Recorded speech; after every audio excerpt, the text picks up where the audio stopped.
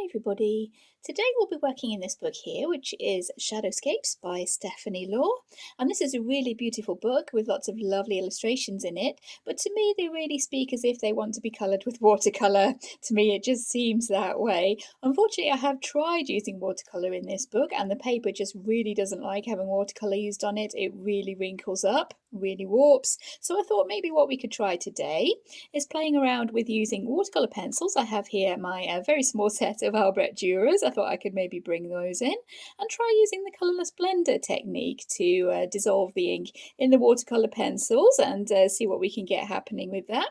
I have had a little play with it in a different book, in the Mouse Guard colouring book, and what I found was that unfortunately you don't really seem to get the nice blobby watercolour effects that I do love, or the bloom, all that kind of stuff. You don't get any of that happening if you use the colourless blender to activate your pencils, but I think maybe we could get something that we could work with, maybe shade on top with pencils, just to see what we can make happen.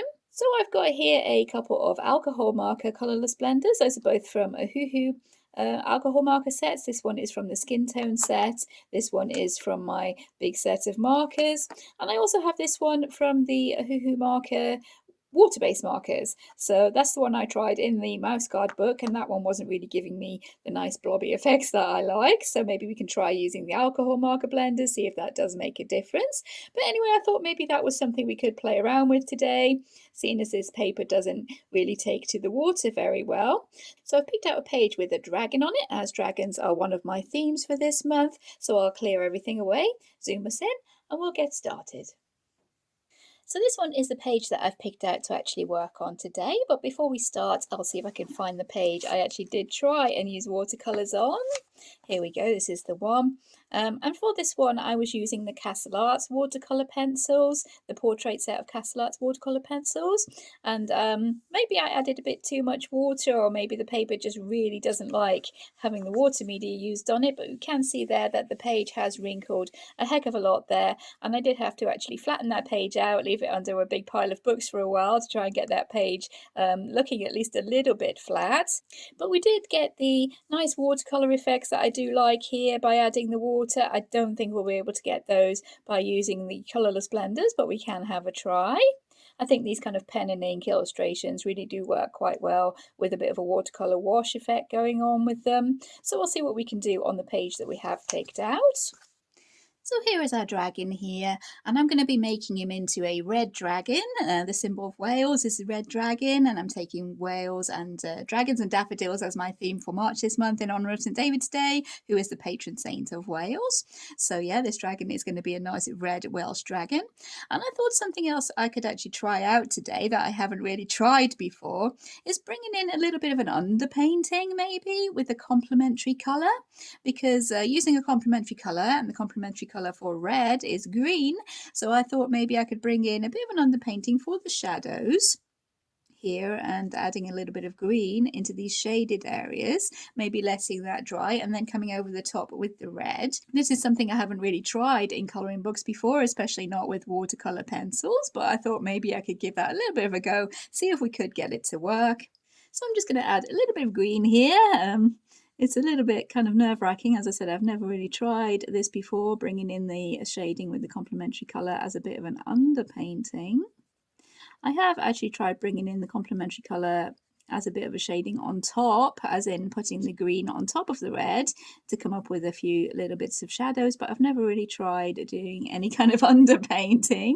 But I thought maybe as we were bringing in the colourless blenders, with these watercolour pencils here, we could give this a little bit of a try and see how the red reacts over the top. And if it doesn't work, then at least I've learned that it doesn't work and it's something not to try. And you can follow along, see if that does actually work or not. So I'm hoping it does, to give us some nice deep shadows on this dragon. This is something that you can actually do. If you want to shade on red, for example, you can actually bring in a dark green, a bit of a complementary colour, the opposite colour on the colour wheel. You can bring that in for a little bit of shading instead of coming in with black, which kind of deadens colours sometimes and makes colours look a little bit flat if you bring in the black for the shading. Or instead of bringing in a darker red, You could maybe try green, as I'm doing here as a little bit of an experiment. As I said, I have no idea if this will work or not. But I have been watching a few videos lately on Facebook and on YouTube where this technique has been used, and it has worked super well. So I thought maybe I could give it a little bit of a try myself. Not something I have really tried before, but I'm hoping this will work. And I'm just going into the kind of cross-hatched areas here where we do have a little bit of the shading going on. And this one is called Emerald Green. I should really be mentioning the names of these pencils. I don't have super many Arbor pencils, but they are really, really great watercolor pencils. I do. If anybody is thinking of investing in them, then yeah, I do highly recommend them. I have been meaning actually for quite a while now to practice a little bit more with the watercolor pencils, get a few techniques down. I know Shell's Colouring Journey on YouTube, who does use pretty much exclusively the Albert Dürer pencils, and she does such a great job that it's a little bit intimidating even trying to get anywhere close to her skill with the watercolor pencils, but everybody starts somewhere, right? And the only way you're going to learn is to try and experiment and hope that things work out. I don't think that's shading there. I think that's where his scales are actually coming in. If all else fails, we could make him into a green dragon, because I didn't specify that I would be colouring red dragons, but yeah, red dragons are the symbol of Wales on our flag, so I would ideally like my dragon to be red. Usually I like to colour blue dragons, but for this month we're feeling patriotic and we're going for the red dragon. That might be enough. I don't want the dragon to actually be a green dragon, as I said, so we're going to try coming in. Maybe try coming in with the alcohol marker blender. So here we are. We're just going to activate these and blend these out a little bit. Not quite the same as adding in the water and having the colour spread. It is a lot more easier to control, I will say. You can basically decide where you do want your colours to go. Be a lot more precise. Hopefully, having used the alcohol marker blender, that might make this pencil more of a permanent kind of along the lines of Inktense, and maybe that won't kind of mix in with the red that I'm planning on putting over the top. And yeah, at the moment he is looking more like a green dragon. I do realise that. But hopefully once I do come in with the red, I do have 2 shades of red in this little set. I can come in and make something happen with that. I don't, as usual, have any concrete plans aside from making the dragon red and playing around with the colourless blenders. So anything could happen in this video. Okay, so for the reds I have the deep scarlet red and I have this scarlet red. I think maybe I'll go over first with the scarlet red. Maybe I'll just try it with this wing area here to see what happens. I'm not being super neat with the pencil strokes because we are going to be going over the top with that blender and smoothing everything out. There we go, that's quite a light layout of the red there. So I'm just going to bring in this scrap paper, try and clean off the nib there a little bit in case we do end up with a bit too much green going on this dragon's wings. There's a base coat of that lighter scarlet red. So what I'm going to do now is go over these green areas, bringing in a bit of the shadow with the deep scarlet red. And see if that green does kind of boost our shadows a little bit. Give us a little bit more depth there. So yeah, it's looking as if having that green underneath is actually giving a little bit more depth to the colours. A little bit more natural of a colour really than being the bright red. It is knocking the red back a little bit. Maybe we can take this blender from my skin tone set, because this does have the fine nib to it, and get a little bit more detail. I'm quite liking the depth of the colours that we have got going on here, I will say. I'm not entirely sure how much of it is due to the green kind of underpainting that we did, but it does seem to be working to give us a red dragon. So I'm quite pleased with that. There will probably be the white gel pen brought in for the highlights as well. Let's have the colour kind of fading off towards the ends of these wings here, I think. It's kind of, I don't know what they are, kind of wings kind of feather off into all these swirls towards the end. So let's try and have this colour maybe feathering off a little bit, coming lighter towards the end. We could even bring in a little bit of orange. I do have orange to lighten off the colour towards the edges of those wings.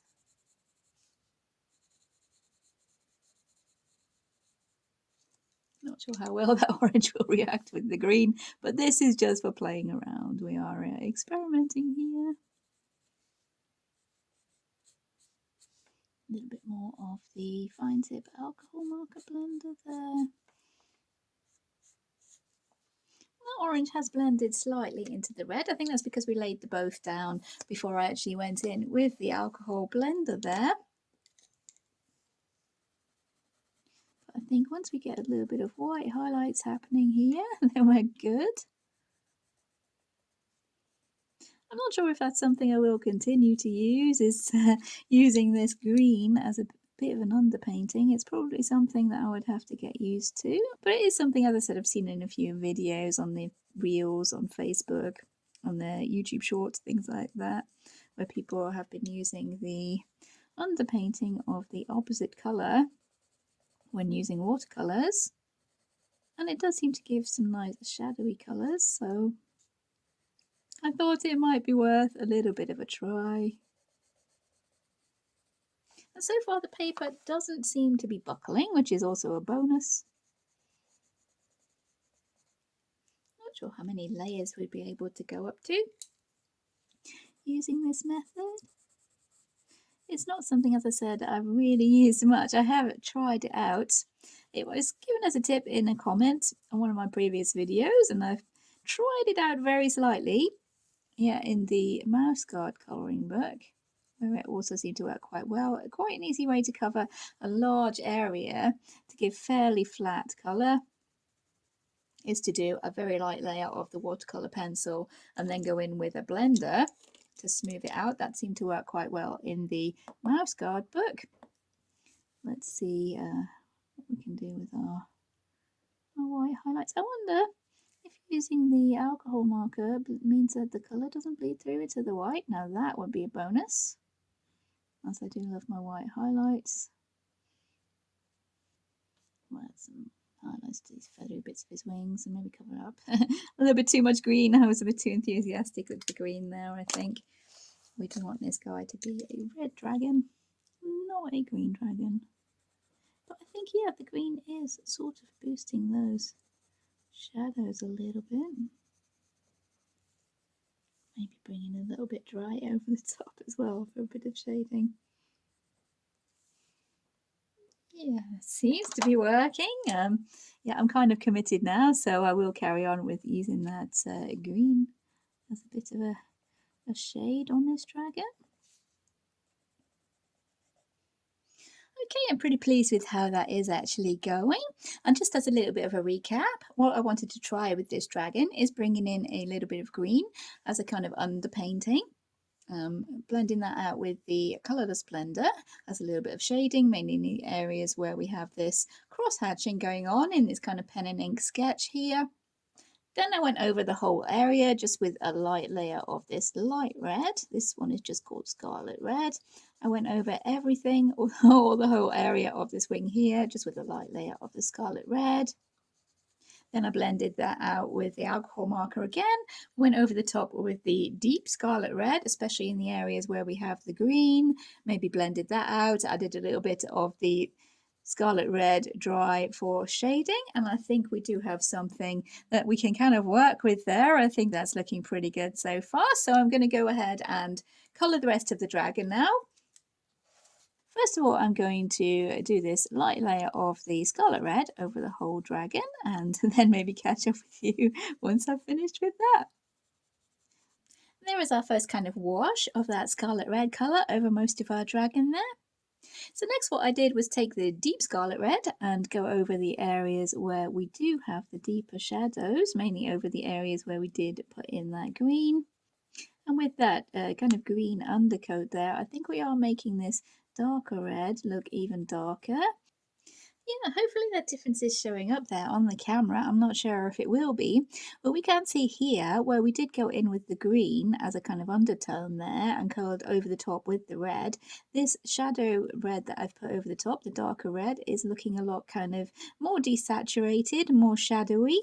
And whereas on his foot here, where there wasn't any green, I've just gone in over the top of the red with a darker red. You can see that colour is a lot brighter, whereas here we do have a bit more of a shadowy colour going on. So there is some kind of benefit to using that green as an undercoat, I think. But again, I'm not sure if it's something I will come back to or whether it's something I'll play around with in the future, but it does seem to be, yeah, desaturating that red and giving more of a darker shadowy colour. So yeah, we're going over the areas of where we put down that green. We are going over with this darker, deep scarlet red. So feel free to colour along if anyone does have this book and these pencils. Feel free to colour along, but it is more of an experiment for me than anything today. I'm playing around with the alcohol blender and the watercolour pencils because this paper really doesn't take super well to the water. But it is holding up pretty well to this blender. Yeah, the paper isn't wrinkling at all there, so that's definitely a way to kind of neutralize the fact that some papers don't take the water super well. Especially Amazon paper, I found it doesn't take the water really well at all. So definitely something to try. So thank you to the person that did leave the tip for using the alcohol markers as a blender. It might have been a couple of people I think did mention the fact that you could use them. So that's definitely given me something to play with here, and yeah, it has given me more reason to colour in this book now because I think these pictures do work really well with watercolour, but the paper doesn't like it one little bit. As usual, I have missed out a whole bit here. We do have a dragon's wing here behind his head, so time to start from the beginning with the green. And while that's drying, we can be shading the rest of his body. There's a lot more green on that wing there, as that is back in the shadows there behind our actual dragon. And I did forget to clean off the nib of the alcohol blender there, so you can see there is a bit of red coming through already onto that wing. But as we're going to be going over the whole thing with the red anyway, I don't think that will make super much difference. So now I'm going to be blending this darker red that we actually put down onto the dragon's body. That's all the darker red blended out there, so now I'm coming back in with the lighter red for a little bit of shading. And I think I used this mainly dry, just blending out the edges a little bit to leave some of that original first coat of red there that we put down. We can see the colour is starting to build up there now. Give us more of that nice bright red for our dragon. We might want to actually, looking at this now, come in with some yellow because these lights here will actually be shining onto our dragon, so it might be a good idea to bring in a little bit of yellow here. This one is cadmium yellow, so any parts that are close to where these lights will be shining, we can bring in that yellow. Make sure we give him a lot more white highlights around where this light would be shining onto him. That would mean our light would be coming from this area here, so any shadows would be on the right. And we're just going to build up our shading now, coming in with both the reds and the green. I think I brought in the green around the edge here for a bit of shading. That worked quite well. We could even bring this yellow, cadmium yellow, onto his wing here as he's kind of raising that up. So that might be catching a little bit of a light, even slightly here maybe. We can, as we did before, blend out that lighter red. And here, as we are colouring a dragon, it doesn't matter if any of our shading isn't so smooth because dragons are scaly beasties. So we do want him to look as if he does have scales at the end of the day. Any kind of rough shading or any little kind of speckles we can put in there, that would be just adding to the effect that our dragon is a scaly one. So I'm using the both the green and the darker red. Dry now for a little bit of shading. First the green and then going over the top with the red. Brightening those colours up and giving us a bit more contrast between our light and our shade. Although we do want our highlights to be pretty much concentrated towards this area here now. So we've decided where our light is coming from. It will be coming from those lanterns. So maybe give our dragon a few scales here, a few white dots with the white gel pen, just to make him look as if he is a bit scaly. While I'm thinking about it, I'll bring in the wash of red for this wing in the back here. It might be a bit difficult making these spikes on the dragon's head. These spikes here might be a little bit difficult making those stand out, but the drawing is a very sketchy kind of pen and ink sketch, so we don't have to be super precise. It's probably why I do like colouring in the more sketchy kind of drawings. You don't have to be super precise. If the whole idea of the picture is to be pretty sketchy, then you can stick with that feeling and get away with it. Those highlights a little bit less obvious by going over with the blender there. Yeah, that seems to have worked quite well.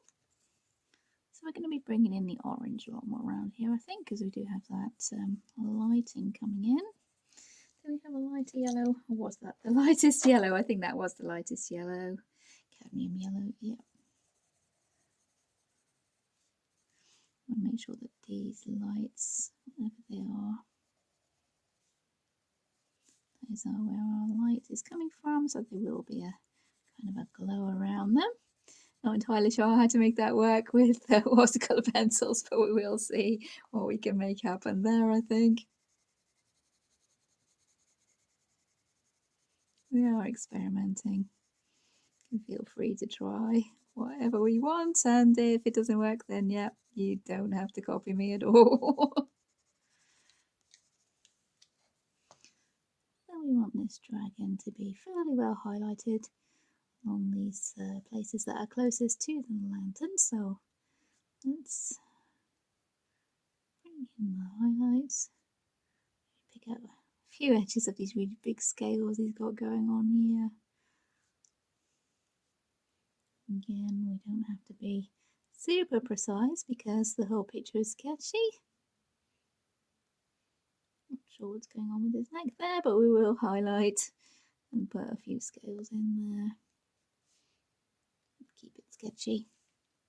We might be able to highlight these spikes on the back of the dragon's head as well with the white gel pen once we come in behind there. I think we'll come in with this deep red.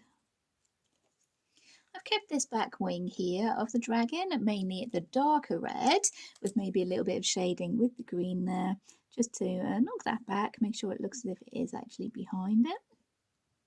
We can put in a few highlights around the edge that are closest to the lamps. And as I said, maybe pick out these spikes with a bit of the white gel pen. Again, being quite sketchy with it. Yeah, that's not looking too bad, I don't think. Okay, so for this rock that the dragon is actually sitting on, I'm going to bring in the yellow again to show that this area is in the light of those lanterns. Maybe along the edge of this tree here, fading out as we get further away. And I have the Payne's grey, just to maybe bring in a few bits of shadow and detail into this rock, although we can bring in other colours. There's nothing stopping us. This is a fantasy picture after all, so we can bring in a few bits of blue, or any colour really. As I said, it's a fantasy picture. We can have any colour rocks. But to keep things simple, yep, sticking with the grey. I'll maybe bring in a little bit of black, I think, because we do want some quite strong contrast here, where we do have the light from those lanterns. And I think this small nib might actually work better for the rock. And I'm keeping this in a scribbly kind of motion because that's the way I usually like to colour my rocks. Giving a little bit of texture to the rocks with those kind of scribbly marks is how I usually like to colour them, so I'll stick with my usual kind of MO here. I think we'll probably need a bit more of that yellow.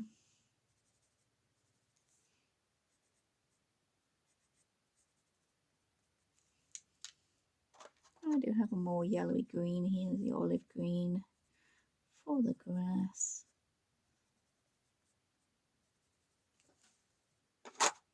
Of course, with some white highlights probably. Maybe go with a little bit of black to boost those shadows on the rocks. Not too much. Black does tend to flatten colours a little bit.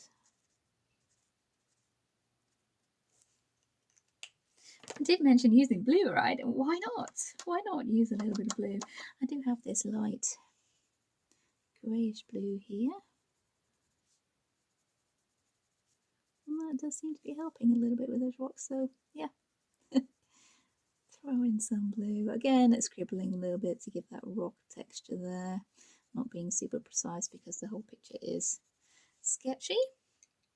So I'm going to finish off this bit of rock here. I think then we're leading on to leaves and grass. So I'll finish off this rock with the grey and the black, a little bit of yellow. Catch up with you in a second.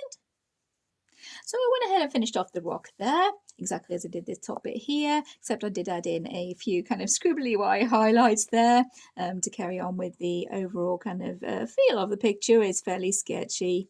So I wanted to keep it looking like it was a pen and ink sketch with maybe a bit of a wash over the top. And what I thought I could try with these leaves here is, instead of having maybe one shade at a time, as we have been doing up till now, blending that out with the blender and then maybe shading over the top, I thought I'd see what would happen if we laid down a few different shades of green. So I have the permanent green olive there, I have the light green, and I did bring in a little bit of a cadmium yellow again. And just laying these down and seeing what happens if we blend a couple of shades of green instead of just the one shade as we have been doing, like I said. So there we are with a little bit of green laid down. And let's try this blender from the Hoo Hoo water-based markers to see if that makes any kind of difference. I think it's blending pretty much the same as the alcohol marker ones. And these colours do seem to be blending into each other, but without the nice blobby effects that I do love with watercolour. I do love that watercolour can be a bit unpredictable and does its own thing a lot of the time, but this way, using the blender to activate the watercolour pencils, it's a lot more controlled, so there's a lot less of the randomness that I do love about it, which is kind of a shame, but it does kind of make it worth it to be able to work in books like this where the paper really doesn't like the actual watercolour. That's looking kind of leafy there. Maybe we can bring in the dark green that we did use on the dragon as well for shadows underneath here. Just in the bits where we do have this cross hatching and shading going on, bringing in that pretty dark green. Of course, once all these leaves are dry, we can go in and shade on top as well. Bring in the white highlights, which is pretty much a staple of any picture that I do colour. The watercolour pencils do tend to give you a lot deeper, brighter colour if you do go back in and shade dry over the top after you've activated them. But I want to keep this grass to be the lighter green because we are closer to the front here. I'm really trying to play about with these pencils and see what I can do with them, see what kind of effects we can make happen. And this is the lighter yellowy green. Pretty scribbly looking at the moment, but once we go in with the blender, that would be working together a lot better, I think. That does seem to be blending together into a very bright green. I'm not sure if it will dry quite that bright, but we want the rocks to be coming back in here. Am I on screen? Yeah, just about on screen. We do want the rocks to be coming back in here.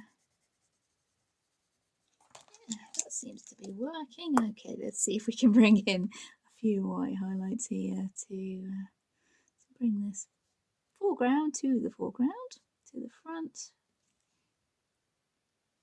Okay, a few dots into the shadowy areas there as well. Let's try adding this grey in. I don't want to get super detailed as we do have a fairly sketchy picture here, so I think that should keep us going there.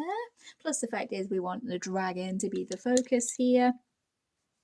So now we'll be moving along to the trees, and what I was thinking of doing with the trees was maybe basing them with the grey, blending that out with the alcohol blender, letting that dry, and then coming in with maybe some brown, because when I do colour trees I like to bring in warm grey to colour trees as well as the browns. So I'm thinking maybe if we bring in this grey as a kind of underpainting again, as we did with the green, that we can bring in the browns and they will look slightly more of a warm grey colour.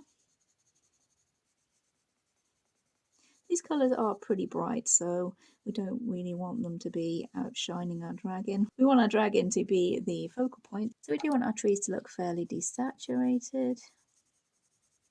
So we'll try this, see how it works.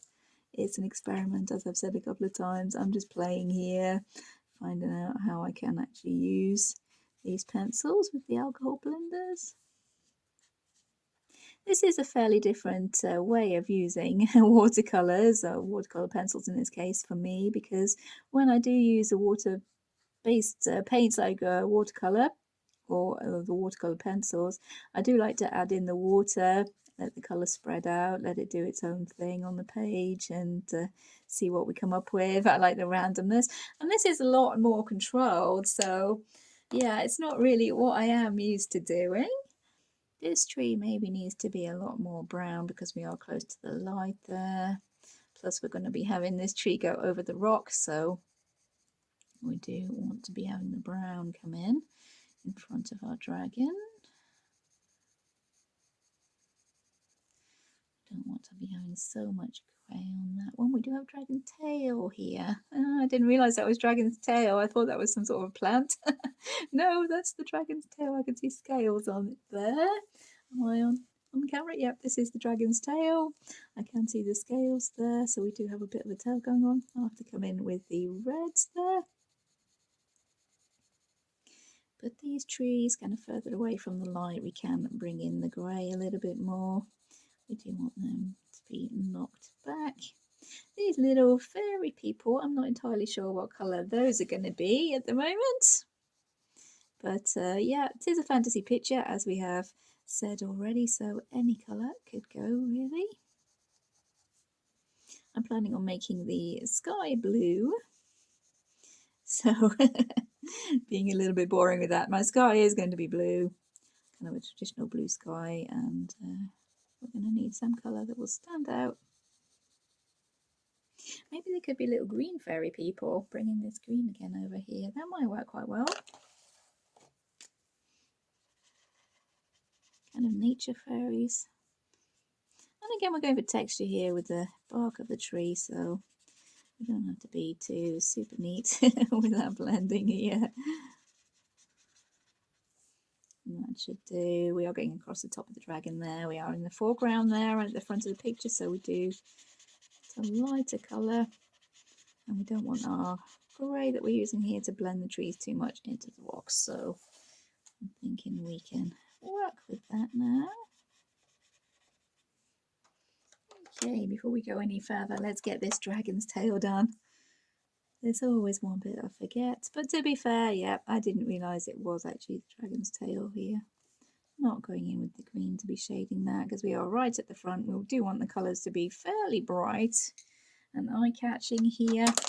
And the green was desaturating this red and give us the more grey shadows. Very hard to say within the lines there, but yeah, as this is a more kind of a pen and wash sort of looking picture, I think we might be able to get away with a little bit of going over the lines there. That's our dragon's tail. So let's move on to the browns here. This one is walnut brown. This is the darkest brown. We want these trees here to be fairly dark. So we're just bringing in a little bit of darker shading. There won't be as much light hitting these trees because our light is coming from here, from these little lanterns, and they're quite far away, and the trees are actually behind our dragon. Lighten off as we get more towards the top, I would imagine. Maybe we can bring in a little bit of the more yellowy brown. We have a burnt ochre here. It's looking fairly sketchy there. Let's see if we can blend it out a little bit, maybe. So we don't want the colours to be as bright here in the kind of shady bits of trees. Yeah, that's not looking too bad, I don't think. So we'll come into this tree here with some more of that lighter burnt ochre. Again, not being super neat, we are talking bark of tree here, so yeah, we need the rough texture. Some of this darker walnut brown here. We'll add in a little bit of our own bark texture here, I think, just to help that tree along. That should work once we blend that out, I think. We do have a little bit of colour bleeding here from the red of the dragon. I think we'll be able to smooth that over with the white gel pen. They do tend to cover up a lot of little wobbles. Okay, let's see what can we make happen here. This tree is quite close to that light of these lanterns, so we don't want a lot of the darker colours there. And yeah, white gel pen to cover up any kind of edges where our colours have bled, and to add a few little highlights here to make sure the tree is standing out from our dragon. Okay, we're looking pretty good there, I think, and this tree will be along the same lines. We would probably have a little bit of light on this tree here. Not as much as this one, as that is further forward from what I can tell, so we're going to leave that one to be lighter. Okay, a few white highlights if we put those in here, I think we'll be good to go, and then we're down to just having our little fairy guys to do and popping in some blue for the sky. Maybe make these trees a little bit sketchy with some hatching here with the white gel pen. Might help to convey that kind of sketchiness, and also the bark of the tree sort of texture we're going for. And these little fairy people, I think I've finally decided that I will be doing those green. So we're going to give them some yellow highlights as they are pretty close to the lights here, especially this little guy. Light green and the olive green that we were using on this grass here. Plus that is keeping the whole picture now to the colours of the Welsh flag, which is, yeah, it's pretty pleasing to me, I think. And does go along with my whole idea of celebrating St David's Day with my theme for the month. Trying to make these guys the same nice bright green we had going on for this grass down here. So hopefully it will be maybe a little bit obvious they are kind of nature spirits of some sort. Okay, I'm going to try blending out this yellow around the lights. Maybe if I can make that kind of glow outwards a little bit.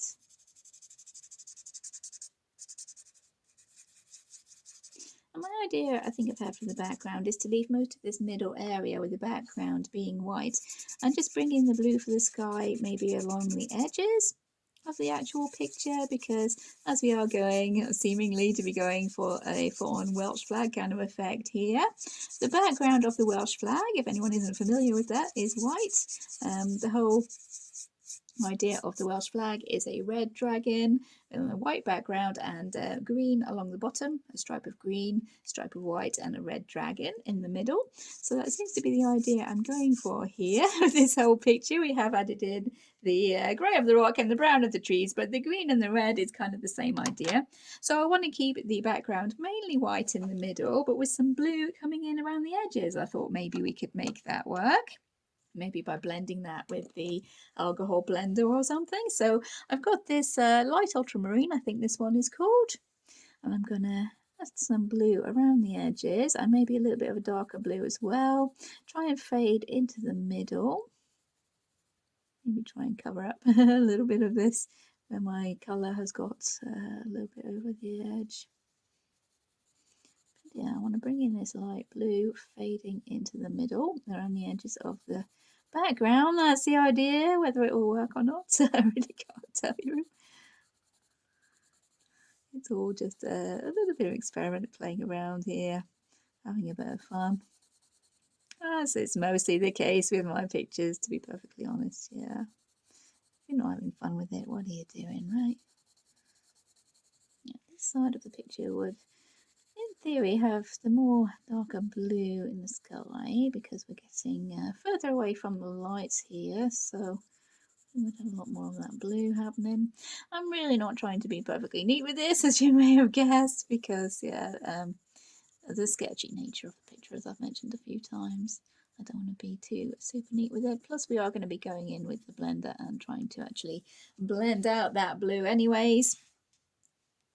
So maybe we can look at that and see what we can make happen. We do have some grey claws there on the end of our dragon's wings, so if I can find the grey, we'll just shade that with a little bit of the Payne's grey, I think. And there we go. And the background seems to be cut off here, so I will leave that as is. I'll maybe try and bring in the actual ultramarine around the very edges of the picture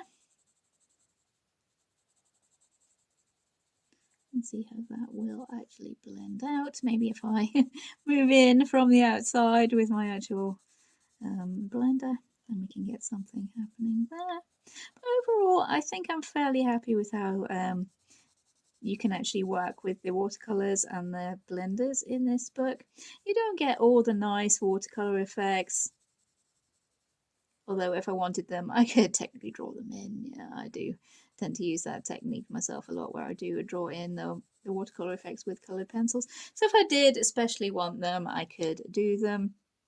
But I think just for quickness, this is quite a good method to be using in the books where the paper doesn't really hold up to the water too well. Cleaned off this blender from the water-based markers, and let's see if we can blend out that blue a little bit. We have picked up the red from the dragon's wing there, so there we go, lesson learned. If you're coming close to another area that you have already blended out with the alcohol marker, it will reactivate. I'll put in some white sparkles or something there to cover that up.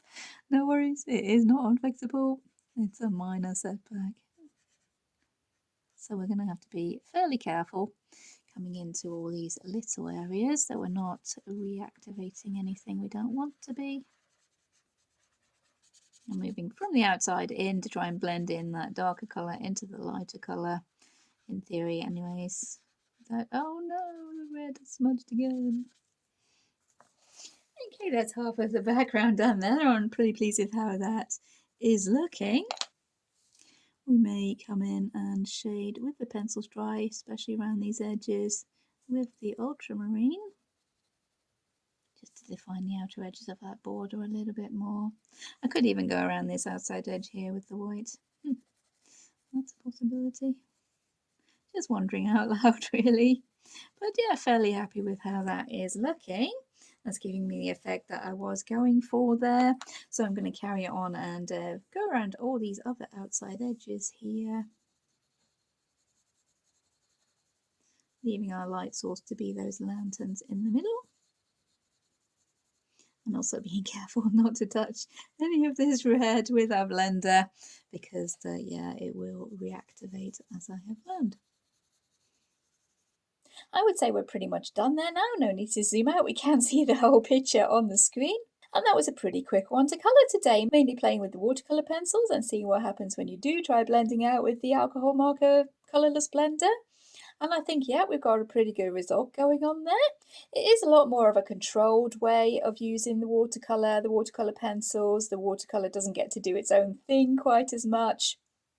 You can be a lot more precise, but that kind of has its drawbacks for me, at least, because you don't get the randomness that I do enjoy when the watercolor does its own thing and runs off and makes all those blobby effects that I do love.